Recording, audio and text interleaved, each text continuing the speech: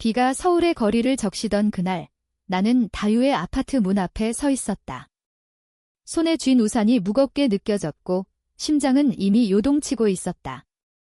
오늘은 가족이 없을 거야. 지훈 씨가 아이들 데리고 제주도 여행 갔어. 다유의 메시지가 머릿속을 맴돌았다. 우리는 이렇게 비밀스럽게 만났다. 가족의 그림자가 드리운 삶 속에서 우리의 사랑은 불꽃처럼 타오르지만 언제나 꺼질까 두려웠다. 문을 두드리자 다유가 문을 열었다. 그녀의 미소는 봄바람처럼 부드러웠다. 다설아, 들어와. 그녀의 목소리는 항상 나를 녹였다. 다유는 30대 중반, 나보다 5살 많았지만 그 나이 차이는 우리 사이를 더 단단하게 만들었다. 그녀는 전통 한식 요리사의 부인으로 남편 지훈의 레스토랑에서 서빙을 도왔다. 지훈은 유명한 셰프였다. 이성 요리사라는 별명으로 불릴 만큼 그는 전통과 현대를 아우르는 요리로 서울의 미식계를 평정했다. 하지만 나에게 그는 다유를 빼앗아간 장벽이었다. 우리는 소파에 앉아 차를 마셨다. 다유가 끓인 보리차의 향기가 방 안을 가득 채웠다. 아이들이 없으니 집이 너무 조용해. 그녀가 속삭였다. 나는 그녀의 손을 잡았다. 손가락이 얽히는 순간 세상이 멈추는 듯 했다. 우리는 키스했다. 부드럽고 깊고 오랜 갈증을 해소하듯. 다유의 입술은 김치의 매운맛처럼 나를 사로잡는 중독이었다. 그 순간 현관문 열리는 소리가 났다. 우리는 황급히 떨어졌다. 지훈 씨, 다유의 목소리가 떨렸다. 문이 열리고 지훈이 들어섰다. 여행 가방이 아직 손에 들려 있었다. 그의 얼굴은 창백했다. 눈은 붉게 충혈되어 있었고 입술은 파르르 떨렸다. 여보, 왜 돌아왔어? 다유가 일어나 물었다. 지훈은 가방을 내려놓고 나를 똑바로 쳐다보았다. 그의 시선은 칼날처럼 날카로웠다. 다설씨, 당신이 여기 있었군요. 그의 목소리는 낮고 차가웠다. 나는 몸이 굳었다. 어떻게 알았을까? 제주도 여행은 내일까지라고 했는데. 지훈 씨, 오해야. 다설이는 그냥 친구로 왔어. 다유가 변명하듯 말했다. 하지만 지훈은 웃었다. 웃음소리가 방 안을 메아리쳤다. 친구. 그럼 왜 내 집에서 내 아내와 그렇게? 그가 다가왔다. 다유가 그의 팔을 잡았지만 그는 뿌리쳤다.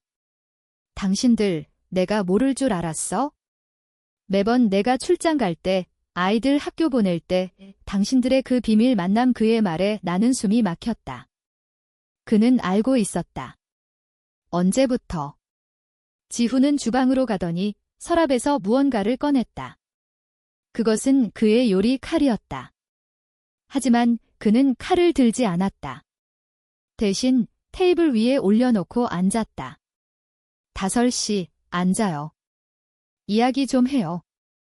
나는 다리를 떨며 앉았다. 다유는 그의 곁에 서서 눈물을 글썽였다. 지훈아, 미안해. 나도 모르게. 지훈이 그녀를 보며 고개를 저었다. 미안할 것 없어, 다유야. 내가 먼저 미안하지. 그의 목소리가 부드러워졌다. 나는 혼란스러웠다. 이 남자는 왜 칼을 꺼냈을까? 왜 웃었을까? 다설씨, 당신은 우리 레스토랑에서 일한 지 2년 됐죠. 처음 봤을 때부터 당신의 요리가 특별하더군요. 지훈이 말했다. 그는 셰프였다. 나도 요리사 지망생으로 그의 레스토랑에서 아르바이트를 했다. 다유를 만난 건 그곳이었다. 그녀가 서빙하던 테이블에서 우연히 떨어뜨린 포크를 주우며 눈이 마주쳤고 그 후 우리의 대화는 요리에 관한 것이었지만 곧 마음으로 흘렀다. 지훈이 계속했다. 내가 가족이 없을 때 당신이 우리 집에 오는 걸 봤어. 처음엔 우연이라고 생각했지? 하지만 사진도 찍었어. 그는 핸드폰을 꺼내 사진을 보여주었다. 우리 둘이 공원 벤치에 앉아 손을 잡은 사진. 또 다른 사진은 다유의 아파트 창가에서 키스하는 우리. 나는 구토가 올라왔다.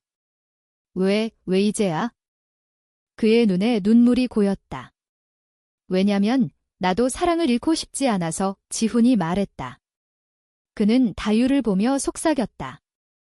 다유야, 우리 결혼한 지 8년. 아이들 때문에 버텼지만 나도 피곤해. 당신의 눈빛이 변한 걸 알았어. 나와 함께 있을 때 당신은 항상 멀리 있었어. 다유가 울음을 터뜨렸다. 지훈아, 나이 때문에, 사회 때문에. 다설이를 만난 건?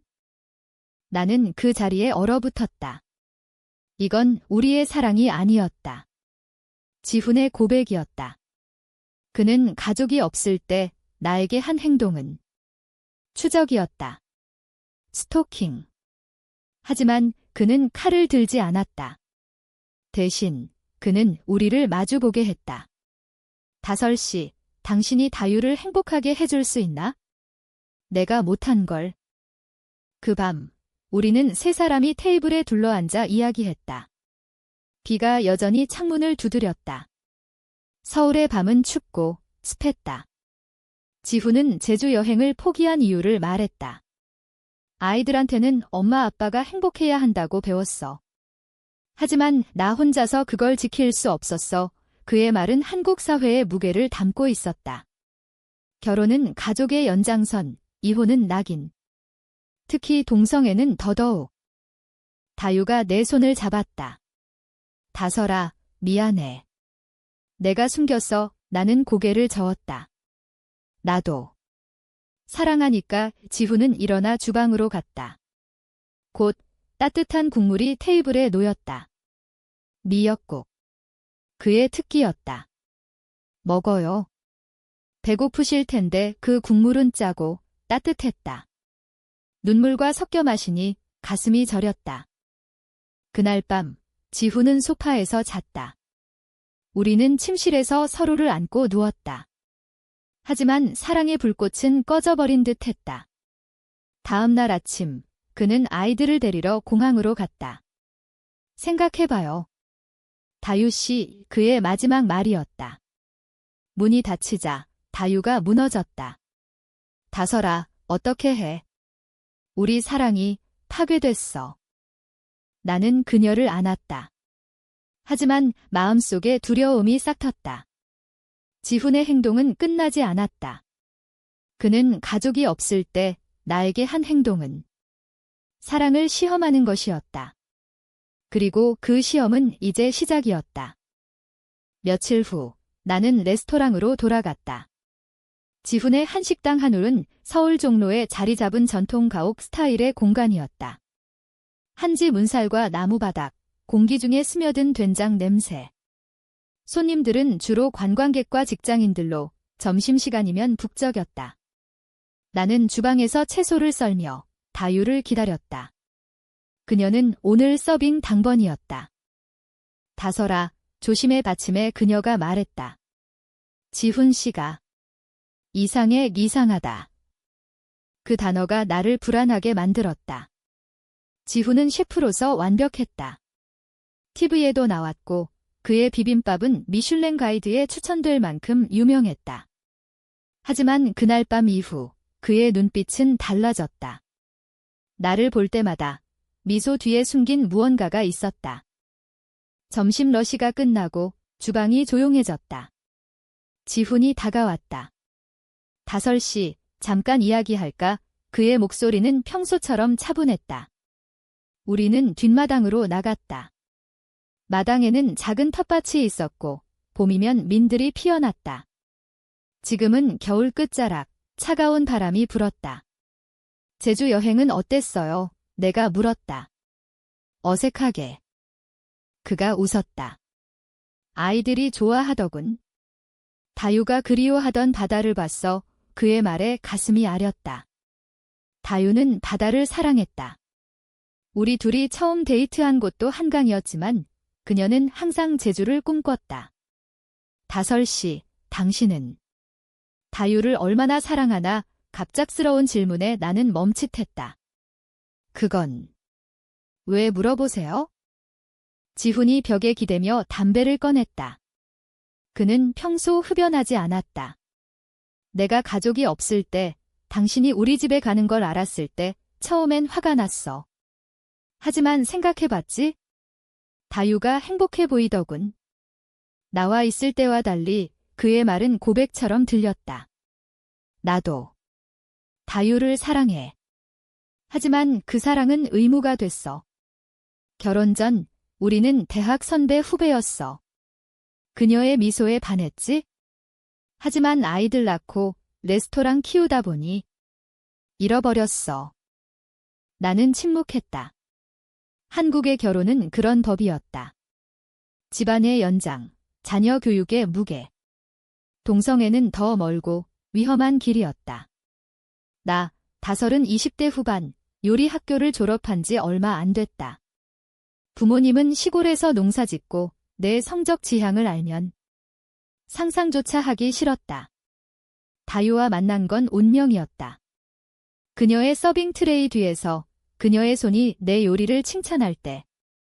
지훈 씨, 저는 다유를 빼앗으려는 게 아니에요. 내가 말했다.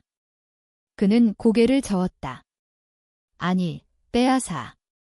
그녀가 행복해야 해. 하지만 그의 눈이 어두워졌다. 사회가 용납하지 않을 거야?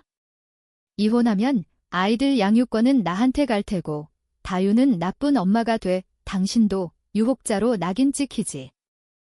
그의 말은 현실이었다. 뉴스에서 본 적 있었다. 한국에서 동성 커플의 이혼 소송, 가족의 반대. 나는 주먹을 쥐었다. 그럼 어떻게 하죠?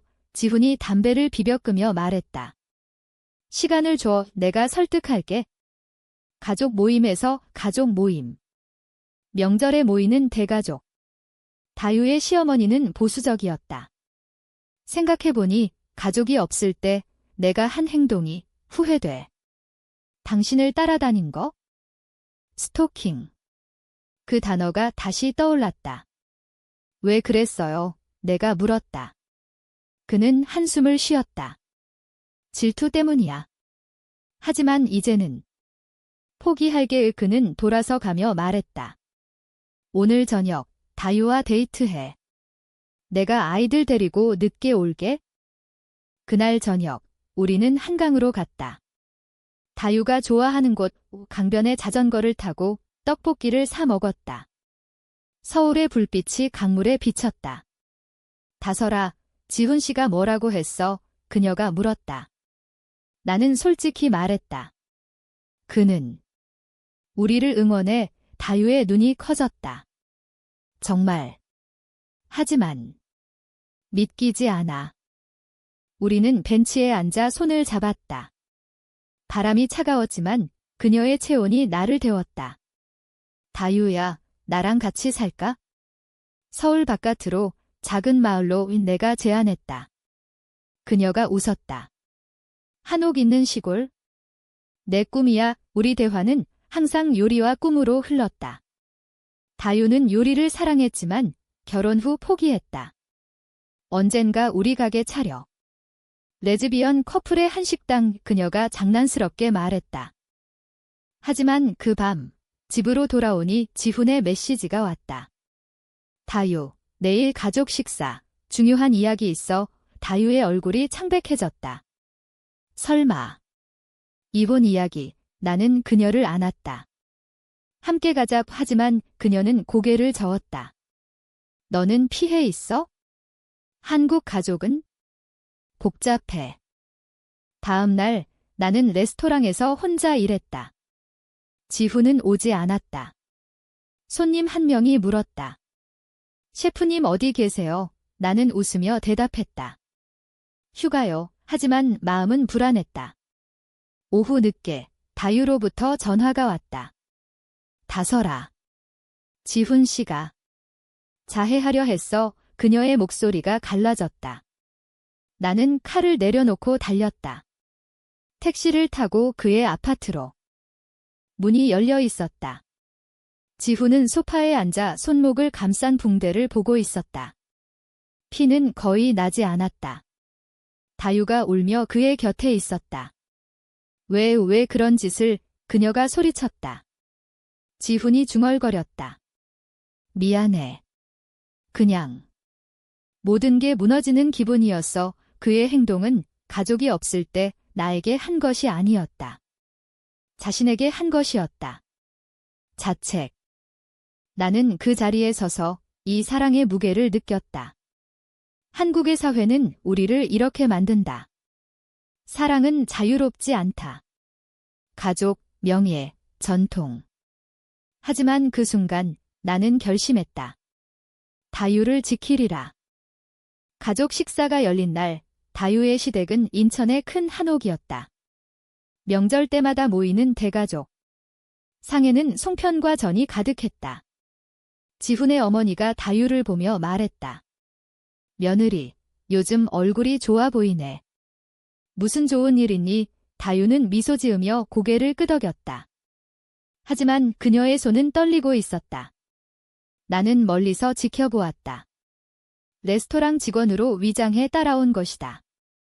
지훈이 일어났다. 어머니, 가족 여러분.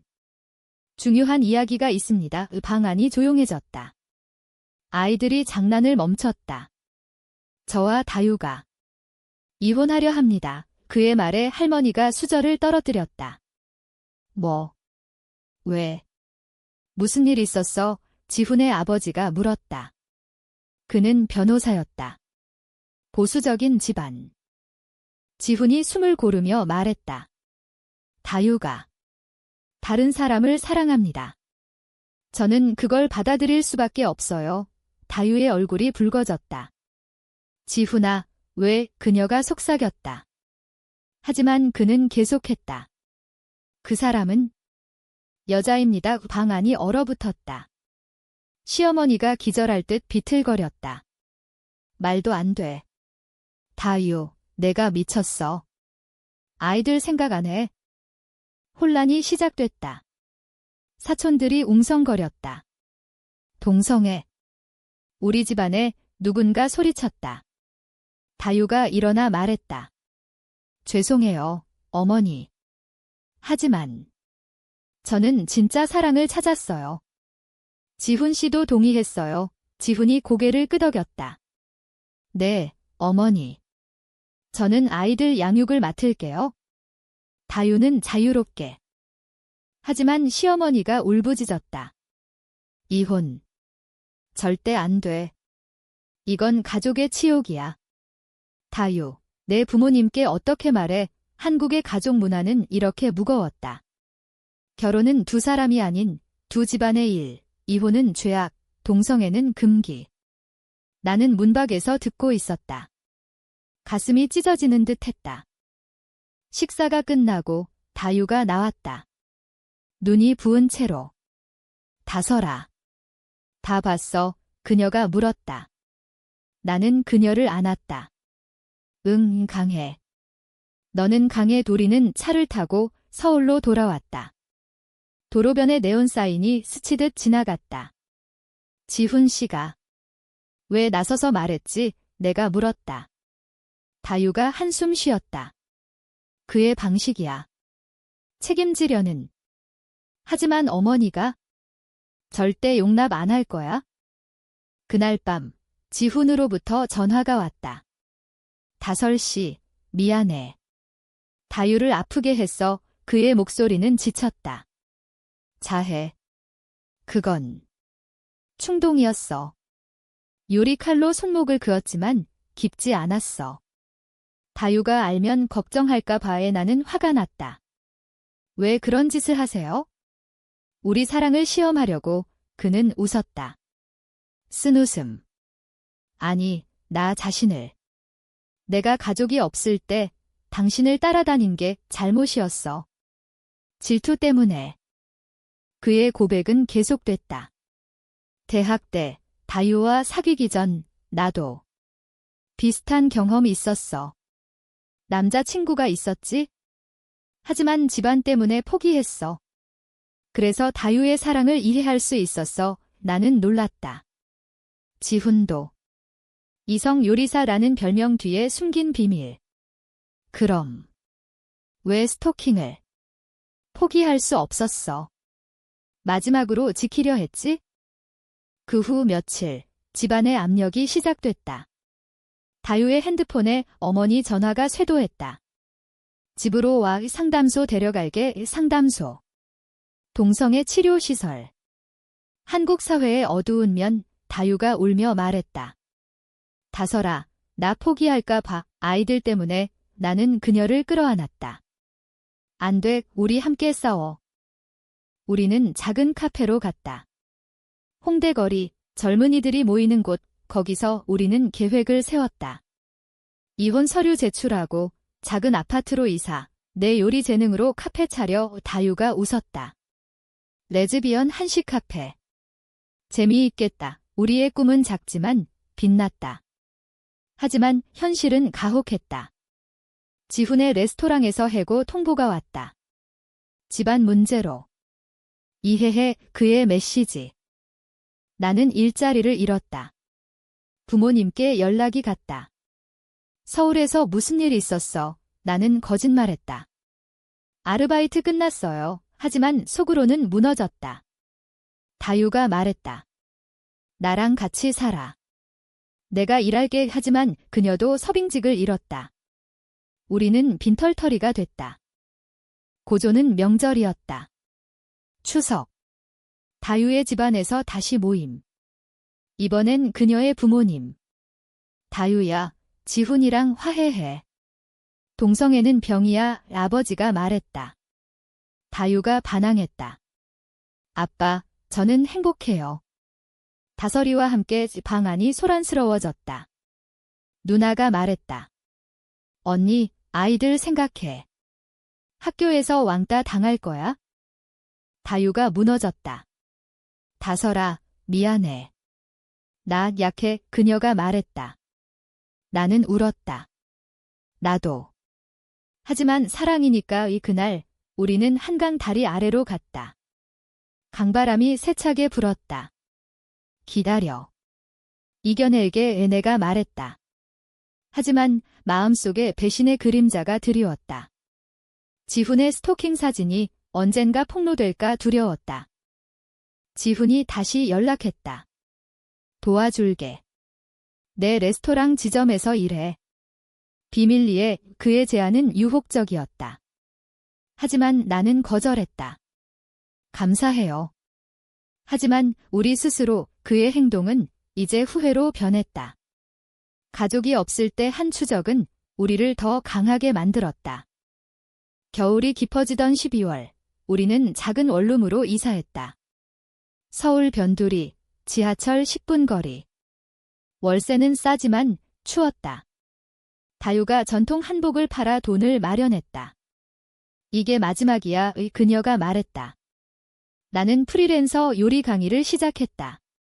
온라인으로 젊은 여성들에게 김치 만들기 가르치며. 우리 사랑은 가난 속에서 더 빛났다. 매일 아침 그녀가 끓여주는 미역국으로 하루를 시작했다. 하지만 배신이 왔다. 지훈의 어머니가 다유의 직장으로 찾아왔다. 이혼 철회해. 아니면 아이들 면접권 박탈할게. 그녀의 말은 독이었다. 다유가 울며 집으로 왔다. 다설아, 지훈 씨가 어머니한테 말했다고 해. 우리 관계를 배신. 지훈이. 왜? 내가 물었다. 다유가 핸드폰을 보여주었다. 그의 메시지. 미안. 어머니가 사진을 봤어. 내가 숨겼는데. 실수로. 스토킹 사진. 그게 폭로됐다. 나는 분노했다. 그 사람이 우리를 팔았어. 다유가 고개를 저었다. 아니, 보호하려 했대. 하지만 실패했어. 우리는 지훈을 만났다. 그의 레스토랑 뒷골목. 눈이 내리는 밤 5시. 믿어줘. 어머니가 내 핸드폰을 뒤졌어. 사진을 지우지 못했어. 그의 눈은 진심이었다. 하지만 배신의 상처는 깊었다. 당신의 행동 때문에 우리 삶이 망가졌어요. 내가 소리쳤다. 지훈이 고개를 숙였다. 알아. 가족이 없을 때 나의 어리석음이, 하지만 이제 끝내자. 이혼 서류에 서명했어. 그는 종이를 내밀었다. 다유가 받아들었다. 손이 떨렸다. 고마워, 지훈아. 아이들 잘 부탁해. 키스도 포옹도 없었다. 그냥 작별. 집으로 돌아와 우리는 서로를 안고 울었다. 이제 우리 둘이야, 다유가 말했다. 하지만 사회의 압력은 멈추지 않았다. 다유의 친구들이 멀어졌다. 이상한 관계라는 소문. 나의 가족은 여전히 모른다. 추석에 내려갈 때 어머니가 물었다. 남자친구 없어. 나는 웃었다. 아직요. 봄이 왔다. 벚꽃이 피는 4월, 우리는 작은 카페를 열었다. 다설의 한올. 지훈이 몰래 투자했다. 보답이야, 그의 마지막 선물. 카페는 한식 디저트 전문. 다유의 한과와 내 비빔 아이스크림. 손님들은 호기심으로 왔다. 레즈비언 커플의 카페, 소문이 퍼졌다. 처음엔 비웃음, 하지만 곧 찬사로 변했다. 젊은 커플들이 찾아왔다. 용기 내세요. 그들의 말에 우리는 눈물을 글썽였다. 하지만 고조는 다유의 어머니 방문이었다. 카페에 갑자기 나타난 그녀. 다유야, 집으로 돌아와. 다유가 단호히 말했다. 엄마, 여기 제 집이에요. 다설이가 제 가족이에요. 어머니가 울었다. 내가 왜 이렇게 됐어? 지훈이가 좋았잖아. 다유가 안아주었다. 엄마, 사랑은 선택이 아니에요. 그냥 와요. 그날 어머니는 한과를 먹고 갔다. 맛있네. 작은 승리. 지훈도 아이들을 데리고 왔다. 엄마, 이 언니 예뻐. 아이의 말에 다유가 웃었다. 지훈이 속삭였다. 잘 지내. 나도. 새 출발할게. 그의 눈에 평화가 있었다. 스토킹의 후회는 용서로 변했다. 여름, 우리는 제주도로 여행 갔다. 지훈이 빌려준 펜션. 바다 앞에서 손잡고 걸었다. 여기서 살까? 다유가 물었다. 나는 고개를 끄덕였다. 언젠가 우리의 사랑은 이제 자유로웠다. 한국 사회는 여전히 가혹하지만 우리는 변화를 만들었다. 작은 카페처럼. 하지만 배신의 그림자는 남았다. 언젠가 더 큰 폭풍이 올까? 지훈의 사진이 다시 떠오를까? 나는 다유의 손을 꼭 쥐었다. 영원히 함께. 가을이 깊어지던 10월, 카페는 안정됐다. 손님들이 늘었고 우리는 지역 신문에 실렸다. 서울의 첫 레즈비언 한식 카페 기사는 우리 이야기를 다뤘다. 전통과 사랑의 조화, 다유가 웃으며 말했다. 우리 이야기네. 하지만 기사 속에 지훈의 이름이 언급됐다. 전 셰프 지훈 씨의 지원으로. 그날 익명의 편지가 왔다. 너희들의 비밀을 안다. 돈을 내놔. 지훈의 스토킹 사진이 동봉됐다. 협박. 나는 다유에게 숨겼다. 혼자 지훈을 만났다. 당신 때문이야. 내가 말했다. 그는 창백해졌다. 나, 어머니가? 아니, 내가 지웠는데 우리는 경찰에 갔다. 하지만 증거가 약했다. 스토킹 피해자 보호법 적용 어렵다. 이 경찰의 말. 공포가 시작됐다. 매일 문을 확인하며 살았다. 다유가 눈치챘다. 다설아, 무슨 일? 나는 고백했다. 그녀가 울었다. 또 지훈 씨 탓 아니었다. 지훈도 피해자였다. 우리는 함께 추적했다. 편지 주소는 가짜, 하지만 IP는 지훈의 집안 사촌. 왜? 지훈이 물었다. 사촌은 돈에 눈이 멀었다. 집안 치욕 없애려 했어? 법정에서 우리는 증언했다. 사랑은 범죄가 아니다. 이 판사는 우리를 인정했다. 사촌은 벌금. 작은 승리. 하지만 그 과정에서 다유의 건강이 나빠졌다.